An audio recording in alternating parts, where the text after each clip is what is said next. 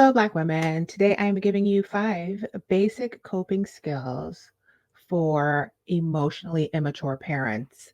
Hey everyone, my name is Rashni Cope. I am a content creator. I am a special needs mom. I am a healing journey coach for Black and West Indian women, and I am a Black woman healing.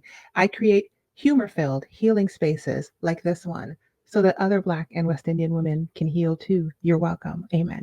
I got a question. Can you give some basic coping skills for if you have emotionally immature parents? And the first thing that I want to say, this is not one of the skills, but acknowledging that anyone can be immature is the first step because awareness is the first step to any healing. Healing in any space means acknowledgement that the thing is actually a thing. Yes. So removing yourself, I'm going to make it a tip. I'm going to give you 6 tips. I didn't even think of this one, but let's do it. First step is acknowledging that it is actually possible for your parents to be emotionally immature. How so, Rashni? Because we are all spirits. We have souls and we live in a body. Emotions are part of our soul. Our body can be immature. Our mind can be immature. Our spirit can be immature because we are composed of all those things. Age in the physical form does not translate to age in the emotional, spiritual, mental, all the O's form. It does not. We all know a 67-year-old about the body who's a 7-year-old about the mind. We all know that person. Does that person know they're a 7-year-old? No. So, your work, if you are dealing with an emotionally immature parent, is to acknowledge that it is actually a thing and then remove yourself from anyone telling you that it's not a thing. Okay, so that's going to be the first step. Acknowledgement, and then remove yourself from any input that's trying to basically tell you that reality is not reality. Okay, so the second tip for dealing with an emotionally immature parent is practicing setting boundaries. What are boundaries, Rashni? A boundary is what you will do and what you will not do. Yes, it's where you begin and where other people end. It's where other people end and where you begin. Okay, hashtag India Ari. A boundary is not about what somebody else will do. You cannot control other people. You cannot control other people. You cannot control your parents, especially you can't control your parents. Okay, if they're emotionally immature, they out here wilding. Don't you've gotten enough. You've had enough. Okay, so just put that mantle down of trying to rescue, save, and or explain to an emotionally immature human in general, but especially a parent figure, and do the work on learning how to say what you will do and what you will not do. The work in figuring out boundaries is difficult if you were brought up by an emotionally immature person because you probably don't have any boundaries. There's probably some enmeshment going on. You probably don't have a clear comprehension of where you begin and where they end, vice versa. And they probably don't want you to have that because they don't have clear boundaries. And so they can't give you what they don't have. They can't teach you something that they don't know to teach you. And they're actually benefiting from your lack of a beginning and an end and a true sense of self. Okay. So, how do I set clear boundaries? First thing I want you to do is go in the information box of this video, click on the link that says download your free workbook and download the free identity workbook.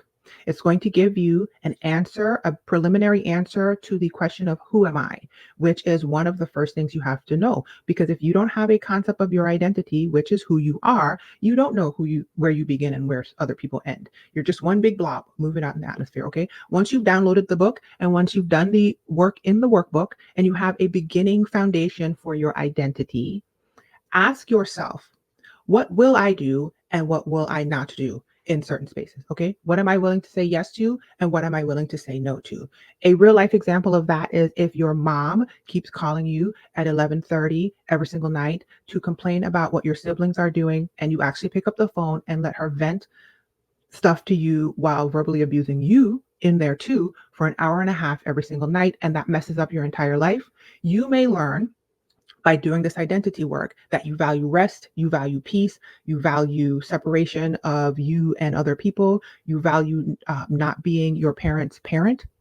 You value a lot of things, okay? You may learn that, and that may make you realize that you will not pick up the phone when your mom calls. Bonus points for communicating to her, I will not pick up the phone if you call me after 9:30. And then once you set the clear boundary, you have to enforce it, which means when you say you're going to do something, do it. When you say you're not going to do something, don't do it. Okay? That's the beginning. So that's step number 2 or tip number 2. The third tip that I would give you for coping with emotionally immature parents is intentionally implementing a rigorous self care system for yourself. It is very possible if you grew up with emotionally immature parents that you have no self care for reasons that I've already expressed. You caring for yourself, you being a self, does not benefit them. And unfortunately, they didn't grow up with a self, you guys. So there's compassion to be had for them in that space, but that's not your work to do at this point. Your work to do is to individuate, have some sense of self, and then practice taking care of that self, probably for the first time and probably in a way that you were not taken care of as a child. Okay. That looks like prioritizing your emotional well-being.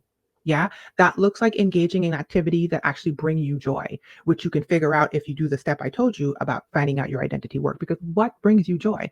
That looks like implementing intentional rest and relaxation into your life and not being a pack mule where everybody asks you to do all the things and you keep saying yes. That looks like being more playful and introducing play and exploration into your life so that you can always express and be creating, right? That looks like creating a support network for yourself, asking for help, implementing a care team, whether it's a hairdresser, a dentist, a manicurist, a pedicurist, an acupuncturist, a therapist, your pastor, a friend group, a reading group, a team of other humans that you have asked for help, a coach like me that can help you learn to and implement care needs for yourself with intention. Yes, that's tip number 3 for dealing with an emotionally immature parent because you're going to start reparenting yourself. And a parent who is more mature would have modeled and or began that work for you and you need to do it for yourself now in adulthood. Yes? Okay. The fourth tip that I would give you for coping with emotionally immature parents is to practice using I statements when you are talking. Because when you are going to talk to this emotionally immature parent and you have to discuss issues with this emotionally immature parent, you need to practice focusing on what you feel and what you want to say yes to and what you want to say no to instead of anything that is or could be perceived as a criticism. Yeah. So if somebody's emotionally immature, or just in general, this is a good thing for you to practice. They are very, very like hyper vigilant for being criticized because they haven't done their own work. Yeah. And so they may have come from a space where they were heavily criticized. And so they're not going to be able to hear you if you say anything that sounds like you always or you never, right? So you have to start practicing the work on your side. And that a very basic communication skill that you can elevate in general is saying things like, I feel frustrated when, I felt frustrated when, I will not pick up the phone when. So practice using I statements. Yeah. And that's also part of the work that you'll start to learn to do when you individuate and have more of a self concept and an identity. So a lot of these things go hand in hand. Okay. The fifth tip that I'm going to give you for coping with emotionally immature parents is practice avoiding taking responsibility for their emotions. This is a hard one because more likely than not, because your parent did not know how to get their emotional needs met, you were probably honed to be their external emotional regulator. And you might not even realize that that's what you're doing. And unfortunately, that thing that you learned how to do as a child to get love and to feel safe has probably bled over into your other relationships, right? Your your professional relationships, your platonic relationships, your romantic relationships. You are probably taking on the emotional regulation um, skills, responsibilities for everybody in your world, and you are feeling the burden of that. So I want you to start practicing not taking responsibility for anybody's emotions, but especially your parent, no matter what they ask you. They're going to ask you to do it because you are breaking a pattern that they need. They need you to do this because they aren't willing to mature and take responsibility for their own emotions, right? So that's their work to do. So you have to recognize that you are not responsible for managing anybody else's feelings or reactions. You are responsible for you. And once again, if you don't know who you are, it's going to be a blurred line to try to figure this out, right? So You need to learn how to take ownership for your own feelings, how you respond to things, what you are going to say. You got to focus on you, and you need to learn to separate and let them be responsible for their things. They're not going to want you to do that. They're going to try to guilt trip you. They're going to try to reel you back in. A person who is emotionally immature and does not know how to regulate themselves, when deregulating, is going to look for an external person to regulate them.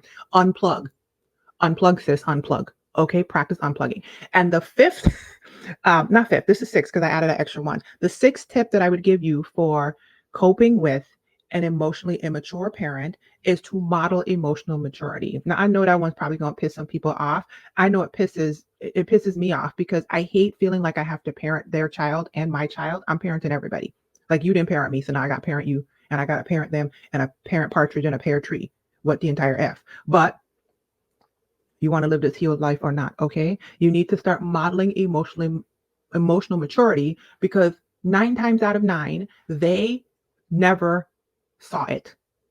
This is a generational pattern, and you are the pattern breaker. Okay? And so what that means is, do the work that you have to do and develop your own healthy emotional regulation skills and communication skills, and then model them that back to them, because then you will serve as an example for them, and it may foster some curiosity and growth over time. I'm not saying it will, I'm saying it may. So you may be able to be what the model for them, the possibility model that they never had. And yes, I know it's exhausting. I already touched on that, but that it's important. Okay. And so, number one, awareness, build awareness and remove yourself from the naysayers. Number two, set clear boundaries. Number three, practice your self care. Number four, elevate your communication and start using I statements. Number five, practice not taking responsibility for any other person's emotions beyond your own. And number six, skill of coping with an emotionally immature parent is to be a model of emotional maturity yourself. Amen. Amen. I hope this video helped you. If you'd like to work with me as your coach, I have a coaching membership for Black and West Indian women on a healing journey. Visit thepineapplecrowns.com to find out how you can work with me as your coach. Be well, you guys. Be encouraged. Keep healing. Here's a pineapple. Bye, y'all.